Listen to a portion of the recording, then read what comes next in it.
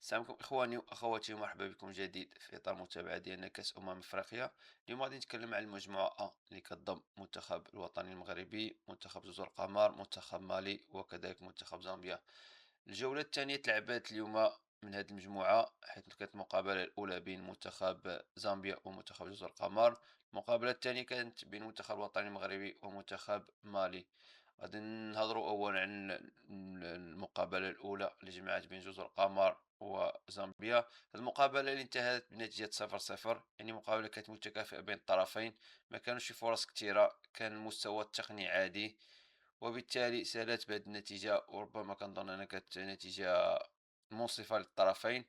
غادي نخليكم بسرعة ونمشيو نهضروا على الإحصائيات ديال هاد المقابلة هذه. وكما كتشوفوا هادو هما الإحداثيات ديال المقابلة، يعني كانت تسديدات 9 منتخب جزر القمر مقابل 8 المنتخب زامبيا. التسديدات المؤطرة كانت 1 منتخب جزر القمر، 0 المنتخب زامبيا، ولا تسديدة مؤطرة. بالنسبة للاستحواذ كانت 52% لمنتخب جزر القمر مقابل 48% للمنتخب زامبيا. الأخطاء كانت 13 جزر القمر مقابل 15 منتخب زامبيا. الكروت الصفراء كانوا 2 منتخب زامبيا، 0 منتخب جزر القمر. الكرة الحمراء ما كان حتى شي كارت أحمر. الشروط كان فقط منتخب جزر القمر واحد. ركلات ركنية كانوا 6 منتخب زامبيا مقابل ركلتين ركنيتين منتخب جزر القمر. يعني كانت مقابلة عادية جدا كما كتشوفوا على حساب الإحداثيات اللي كانوا في المقابلة. يعني ما كانش تفوق شي فريق على فريق آخر، وبالتالي بالنسبة لي النتيجة التعادل كانت مستحقة بالنسبة لهذه المقابلة هذه. الثانية اللي كانت جمعت المنتخب الوطني المغربي ضد منتخب مالي، واللي انتهت بنتيجة 1-1. يعني صراحة مقابلة كانت دون المستوى اللاعبين المغاربة، خصوصا في الشوط الثاني. الشوط الأول كانوا بعض الشيء في المستوى، كان الشوط الثاني كانوا غائبين حاضرين، يعني جميع اللاعبين. وناحية الحد الآن حاضر غائب، صراحة ما قدم والو في خط الوسط. علامة استفهام كذلك لاعب مرابط، يعني ما عرفتش هاد البطولة لحد الآن، مقابلة والمقابلة الثانية ماشي هذا هو المرابط اللي كنعرفو. يعني وبالنسبة للمقابلة الثانية اللي كجمعت المنتخب الوطني المغربي ومنتخب جزر القمر، وبالنسبة للمقابلة الثانية اللي كجمعت المنتخب المغربي ضد منتخب مالي، واللي انتهت بنتيجة 1-1. هذه المقابلة اللي صراحة كانت دون مستوى اللاعبين المغاربة خصوصا. من جهة أخرى بالنسبة للمقابلة الثانية كجمعت بين المنتخب الوطني المغربي ومنتخب مالي، واللي كانت سالت نتيجة 1-1. هذه المقابلة اللي بالنسبة لي كانت دون مستوى اللاعبين المغاربة خصوصا في الشوط الثاني. الشوط الأول قدموا بعض الأداء جيد، ولكن الشوط الثاني ما كانوش في المستوى، يعني كانوا حاضرين غائبين. غياب القتالية، غياب الروح، يعني فقط لاعبين حاضرين في الملعب، ولكن ما كتشوفش هذيك القتالية وهذيك الروح ديالهم أنهم باغيين يربحوا هذيك المقابلة. أخطاء كارثية، وكان ممكن أننا نهازموا ماشي غير نتعادلوا في هذه المقابلة هذه. كانوا فرص قليلة جدا المنتخب الوطني المغربي، يعني ما كاينش اللي كيصنع الفرص، وهذه نقطة أخرى غادي نتحدثوا عليها. نبداو باللاعبين. في حراسة المرمى كان بونو، اللي ما كانش ضدو شي فرص كثيرة.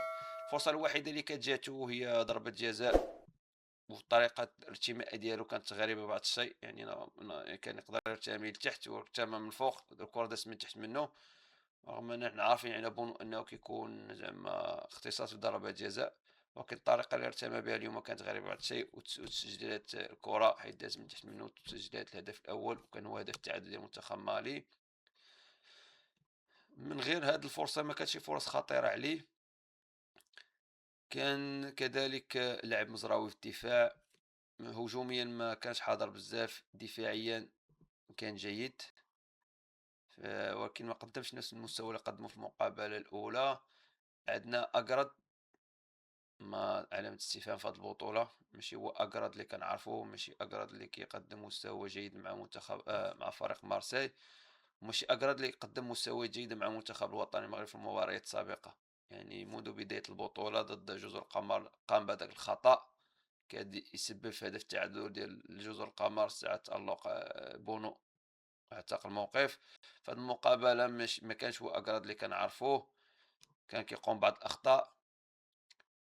عندنا كذلك ياميق، أنا بالنسبة لي علامة استفهام ياميق، يعني ما عرفتش الإصرار، علاش إصرار ركراكي على الياميق؟ يعني ربما عندنا مدافعين آخرين أحسن، ولكن إصرار الركراكي على يامال واش حيت سجل هدف في واحد المقابلة ديال البحرين، هو اللي عطاتو نقاط أكتر باش إنه يكون معنا. ما عرفت صراحةً، هو بالرأس جيد، ولكن ملي كيكون ضد شي لاعب ذو مهارات عالية كيقدر يقوم بالمراوغة ديالو بسهولة. ولاحظنا ذاك جوج القمر، حيت لاعب جوج القمر كيفاش راوغ ياميق اليوم، كيفاش راوغ اللاعب المالي، والطرف الأخير ياميق أنه صدق عليه ويعطيه ضربة جزاء. وكان بسيطات أنه ما صدقش، كان مزراوي جاي قريب، كان هو اللي يقدر يدخل ويعتق الموقف، يعني عطاه ضربة جزاء مجانية. وكتبقى دائما بالنسبة لي علامة استفهام ياميق. عندنا ماسينا، عندنا ايت بودلال، كان بسيطاش يقدر يدخل واحد فيهم في هذه المقابلة هذا.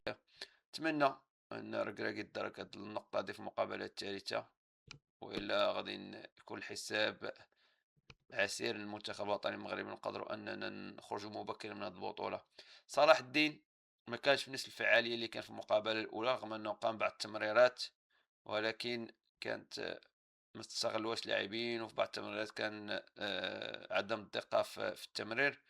ولكن ماشي هو صلاح الدين اللي شفناه في المقابلة السابقة. دفاعيا كان جيد صراحة، يعني كان دخل شحال من كرة، وقدم أداء جيد بالنسبة للدفاعيين. هجوميا ماشي هو اللي شفناه في المقابلة السابقة. في وسط الميدان كان عندنا مرابط بالنسبة لي هو علامة استفهام في هذه البطولة، يعني ما قدمش المستوى اللي كنعرفو على مرابط. دار شحال من خطأ، فقد شحال من كرة، ارتكب شحال من خطأ. يعني مرابط اللي كنعرفوا انه كيقدر يحتفظ بالكرة وكيمرر الاصدقاء ديالو في هاد المقابلتين السابقتين هادي، الجولة الاولى والجولة الثانية. ماشي هو مرابط اللي كنعرفو. نتمنى ان مرابط يصحح هاد الاخطاء ويكون اكثر تركيزا، ويرجع مرابط اللي كنعرفوه. العناوي قدم مستوى لا بأس به مقارنة بالمقابلة الأولى. هاد المقابلة كان شوية ماشي مستوى عالي، ولكن دار اللي عليه. أناحي الحاضر الغائب صراحةً، يعني ما حتى الآن كيبقى علامة استفهام بالنسبة لي. أناحي مرة كيقدم مستوى كبير، مرة ما كيقدمش مستوى كبير.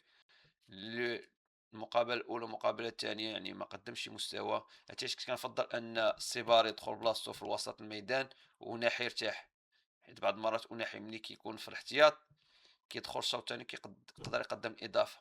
وكنت كنظن أن ركراكي كان هو اللي خصو يدير بحال هاد العملية، وناحي ما يخليه حتى الشوط الثاني عاد يقدر يدخله باش يقدر يعطي ليه الإضافة،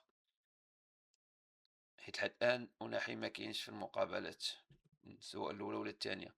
بالنسبة للهجوم، إبراهيم دياز المقابلة الأولى كان أحسن، المقابلة الثانية باستثناء ضربة جزاء اللي يقدر يتحصل عليها وبعض المراوغات اللي قام بها. في بعض الأحيان كان كيحاول يراوغ بين 3 4 لاعبين في زوايا ضيقة، وكان كيضيع الكرة بسهولة. وشحال من مرة ضيع شحال من كرة كيبغي يراوغ، يعني بعض المرات كيبالغ في هادوك المراوغات كتخلينا أننا كنضيعوا كرات سهلة، وربما كنقدروا نجوها من فرص كتيرة.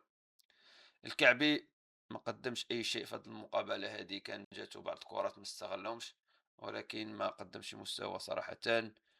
السيباري أضاع فرصة في الشوط الأول بغرابة، ربما ما كانش متوقعها، ولكن كمهاجم خصك دائما تكون متوقع أي فرصة. للأسف ماشي هو السيباري ديال بي اس في ايندهوفن. عرفتي، كنت كنفضل أنه يلعبوا في الوسط بلاصة أناحي، ودخل مهاجم جناح في البلاصة ديالو، وبالتالي يقدر السيباري يستغل شي فرصة من الوراء، تجي من الوراء ويقدر يسجلها. كان دخل النصيري أضاع فرصة بغرابة، كان باستطاعته يدوز الصديق ديالو زازولي اللي كان بوحدو، ولكن سدد وأضاعها بغرابة. لاعبين آخرين دخلوا خنوس وما قدمش إضافة كتيرة. بن صغير حتى كذلك ما قدمش إضافة كبيرة، خصوصا بن صغير ما كيلعبش في الفريق ديالو، يعني عنده نقص في الكومبيتيسيون، وبالتالي ما كانش صراحة، ما عرفتش اش دخلوا. المهم ما قدمش إضافة. يعني صراحةً هاد المرة اللاعبين كاملين دخلوا، ما قدموا حتى شي إضافة في هاد المقابلة هادي. يعني المنتخب كان بلا روح، ما كانوش في المستوى. نجيو للمدرب الركراكي، ما عرفتش هاد الاختيارات ديالو، طريقة اللعب ديالو ولات محفوظة عند جميع المدربين وعارفين طريقة اللعب ديال الركراكي، ما بغاش يبدلها.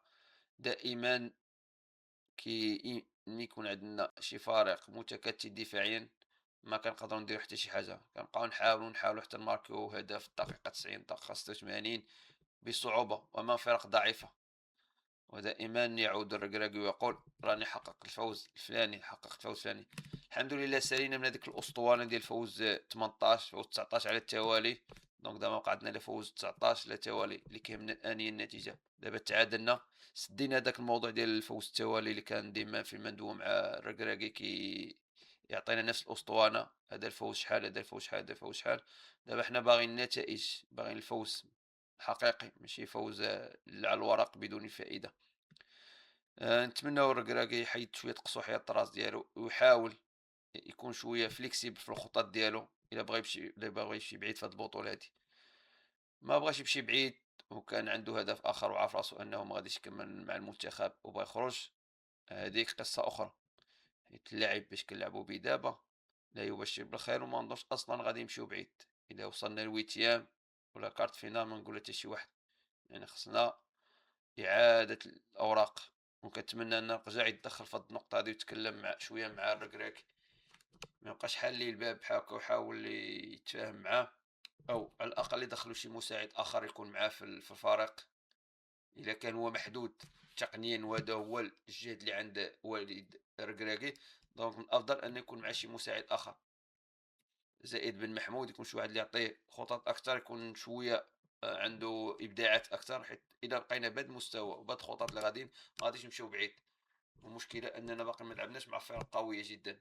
يعني حنا راه كنلعبوا غير مع جزر القمر، مالي، الماتشات مع زامبيا وما عرفناش أصلا كيفاش غادي يكون هذاك الماتش. خصوصا مع هاد الماتشات اللي دازو بجوج ما كيبشروش بالخير. نتمناو إن شاء الله والد الركراكي يعيد الحسابات ديالو ويفكر شوية مزيان في اللاعبين وفي طريقة الاستغلال ديالهم وطريقة تنفيذ الخطط. حيت بهذا المستوى اللي غاديين بهاد الخطط اللي غاديين ما غادي نديرو حتى شي حاجة. أو على الأقل يفكر يدخل مثلا السيباري في الوسط بلاصة أوناحي، وفي الهجوم يحط الزازولي الكعبي وإبراهيم دياز. أو راه كاين عندنا كذلك الطالبي، يقدر يدخل الطالبي. والدفاع يحاول يدخل سميتو ماسينا أو إيت بودلال مكان الياميق. أو على الأقل إلا كان حكيمي جاهز يدخل حكيمي يكون حدا مزراوي أكراد وصلاح الدين. وإن شاء الله إن شاء الله نتمنى المقابلة الثالثة تكون أفضل، ويكون المنتخب الوطني في المستوى ويصحح المسار. إلا بغى يمشي بعيد في هذه البطولة، وما نبقاوش دائما نعاود نفس الأسطوانة. راه تحت الضغط تحت الضغط تحت الضغط، سواء تحت الضغط أو ماشي تحت الضغط راهم لاعبين محترفين. واللاعب محترف خاصو يكون يعرف يجيري الضغط. إذا ما كانوش كيعرفوا يجيري الضغط هذه راه قصة أخرى. يعني لاعبين في البلد ديالهم أمام الجمهور ديالهم. الطقس جيد جدا، ملاعب جيدة جدا. يعني ما عرفتش شنو خاص هاد اللاعبين، والأخص خاص الركراك. اللاعبين ربما يقدروا يديروا اللي عليهم يقدروا ما يديروش اللي عليهم، ولكن الركراكي خصو هو اللي باعتبار هو اللي يختار هاد اللاعبين. خصو يعرف كيفاش يحفزهم ويبدل الخطط ديالو باش نقدروا أننا نسجلوا الأهداف. ونتمنى إن شاء الله توفيق المنتخب الوطني المغربي ويحقق المهم في المقابلات القادمة إن شاء الله. والآن غادي نشوفوا الإحصائيات ديال المنتخبين.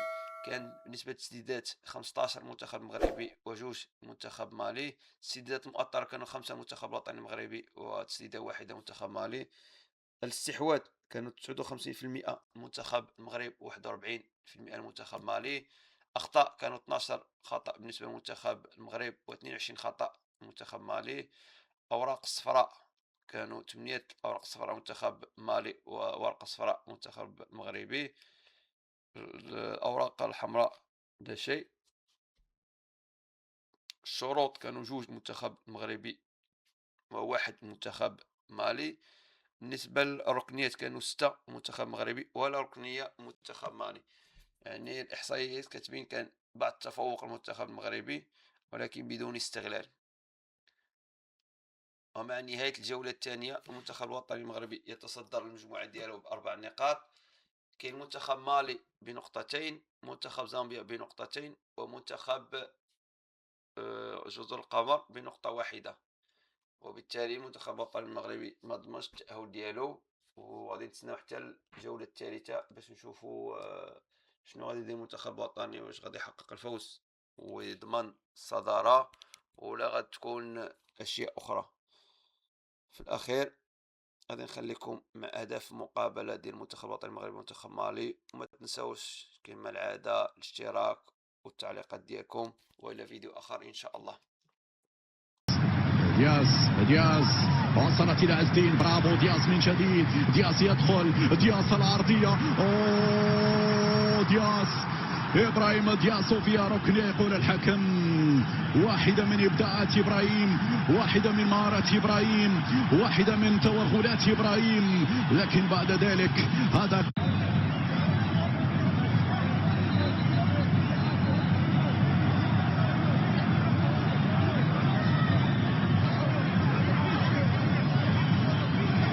إذا ننتظر يا عبدو يا مفير، ما هو قرارك بعد متابعتك للقطة وبعد المنادات من الفار؟ هذا هو عبدو مفير. هل سيعلن عن ضربة جزاء للمنتخب المغربي في هذه الأثناء؟ نعم ضربة جزاء للمنتخب المغربي، هذا هو القرار النهائي. إذا إبراهيم دياز يتقدم، إبراهيم والهدف الأول. إبراهيم دياز يأتي بالجديد بعد طول انتظار، نعم تهتز الشباك المالية بهدف اللاعب إبراهيم دياز. 1-0، نتيجة تتغير على بعد ثواني فقط من نهاية شوط المباراة الأول. إبراهيم 10 أهداف مع المنتخب المغربي 0، نتيجة تتغير على بعد ثواني فقط من نهاية شوط المباراة الأول. إبراهيم 10 أهداف مع المنتخب المغربي، 10 أهداف، وهو الذي يحمل رقم 10، وهو الذي يحمل كذلك أمال وطموحات الجماهير المغربية لصناعة وكتابة التاريخ هنا في أرض المملكة المغربية. هذه الإعادة مرة أخرى، نعم حتى عكس اتجاه حارس المرمى ديارة بهذه الطريقة الرائعة جدا، نعم على يمين حارس المرمى المالي في توقيت مثل. هذه الإعادة مرة أخرى، صراع في خطورة. هذه الكرة الملتهبة اللي تكلمت عنها، الكرة الصعبة اللي تكلمت عنها، ولحظة التدخل من اليامي قبل وصول المزراوي، وهنا كان في تدخل واضح. نعم التدخل كان واضح في حق اللاعب إبراهيم دياز. طريقة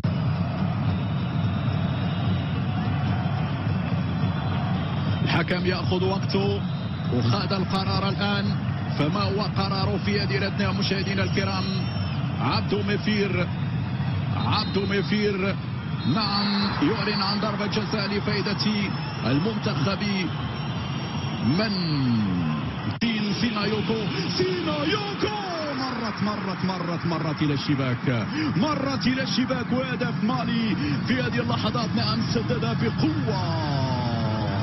بقوة رغم أن ياسين بونو اختار الوجهة الصحيحة في النهاية. قوة التسديد لم تترك أي حظ لياسين بونو، لكن ياسين حاول فيها وكان قريب من التصدي. معليش يا ياسين، نتيجة تتغير 1-1. المغرب مالي في ثاني جولات كأس إفريقيا هنا في المغرب. هذه الإعادة سينايوكو كاد يتصدى له مرت هنا بطريقة غريبة ياسين يا بونو، مرت بطريقة غريبة جدا ياسين بونو.